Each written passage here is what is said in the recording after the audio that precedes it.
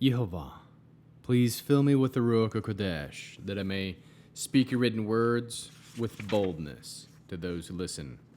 I ask all these things in Yeshua HaMashiach's name, amen. We'll start with the Shema, listen and obey.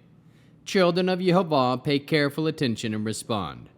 Yehovah is our power and authority. Yehovah works in unity with himself, and you shall act upon your love to Yehovah with your power and authority, with your thoughts in mind, with your entire body, and with all the muchness that you have. Yod, Hey, Vav, Hey. Hand, behold. Nail, behold. Leviticus Chapter 5. If a person who is a witness sworn to testify sins by refusing to tell what he has seen or heard about the matter, he must bear the consequences. If a person touches something unclean, whether the carcass of an unclean wild animal, a domestic animal, or a reptile, he is guilty even though he may not be aware that he is unclean. If he touches some human uncleanliness, no matter what the source of his uncleanliness is, and is unaware of it, then, when he learns of it, he is guilty. If someone allows to slip from his mouth an oath to do evil or to do good, he doesn't remember that he clearly spoke this oath, then, no matter what it was about, when he learns of it, he is guilty. A person guilty of any of these things is to confess in what manner he sinned and bring his guilt offering to Yehovah from the sin he committed. For the sin he committed, it is to be a female from the flock, either a lamb or a goat, as a sin offering, and the Kohen will make atonement for him in regard to his sin. If he can't afford a lamb, he is to bring as his guilt offering for the sin he committed 2 doves or 2 pigeons for Yehovah, the one as a sin offering and the other as a burnt offering. He is to bring them to the Kohen, who will offer the one for a sin offering first. He is to wring its neck, but not remove his head. Sprinkle some of the blood of the sin offering on the side of the altar and drain out the rest of the blood at the base of the altar. It is a sin offering. He is to prepare the second as a burnt offering in the manner prescribed. Thus the Kohen will make atonement for him in regard to the sin which he committed, and he will be forgiven. But if his means are insufficient, even for 2 doves or 2 pigeons, then he is to bring as his offering for the sin he committed 2 quarts of fine flour for a sin offering. He is not to put any olive oil or frankincense on it, because it is a sin offering.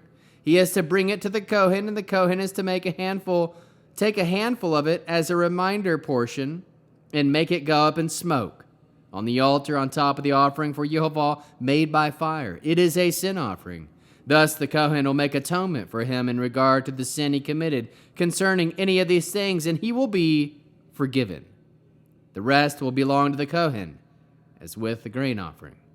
Yehovah said to Moshe, if anyone acts improperly and inadvertently sins in regard to the holy things of Yehovah, he is to bring as his guilt offering for Yehovah a ram without defect from the flock or its equivalent in silver shekels, using the sanctuary shekel as the standard, according to your appraisal of its value. It is a guilt offering. In addition, he is to make restitution for whatever he did wrong in regard to the holy things. Moreover, he is to add 1 to that 1/5 and give it to the Kohen. Then the Kohen will make atonement with the ram, the guilt offering, and he will be forgiven.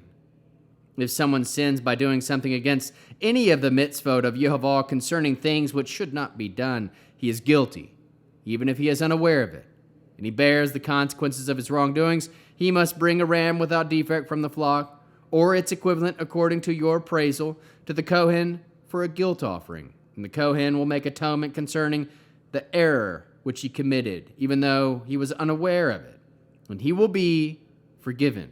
It is the guilt offering. He is certainly guilty before Yehovah.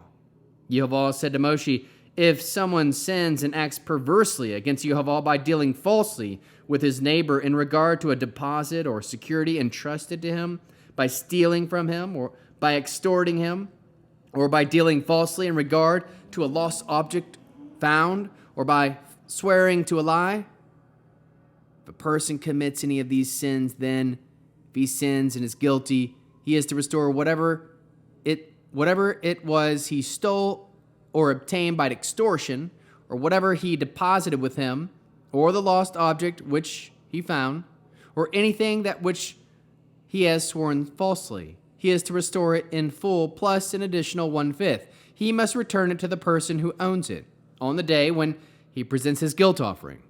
He is to bring as his guilt offering to Yehovah a ram without defect from the flock, or its equivalent according to your appraisal. To the Kohen, it is a guilt offering. Thus, the Kohen will make atonement for him before Yehovah, and he'll be forgiven in regard to whatever it was he did that made him guilty. How can we learn to love our Creator after reading Leviticus Chapter 5? We can tell the truth when asked to witness or testify. We can be careful what words come out of your mouth. Trust that even words need to be forgiven by way of atonement. Trust that all actions will be judged. Deal honestly with each other.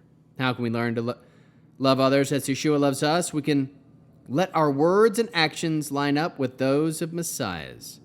Bear one another's burdens. We can think, speak, and act in ways that please Yehovah at all times. Produce spiritual fruit: love, joy, peace, patience, kindness, goodness, faithfulness, humility, and self-control. In this beautiful Shabbat with the Aaronic blessing.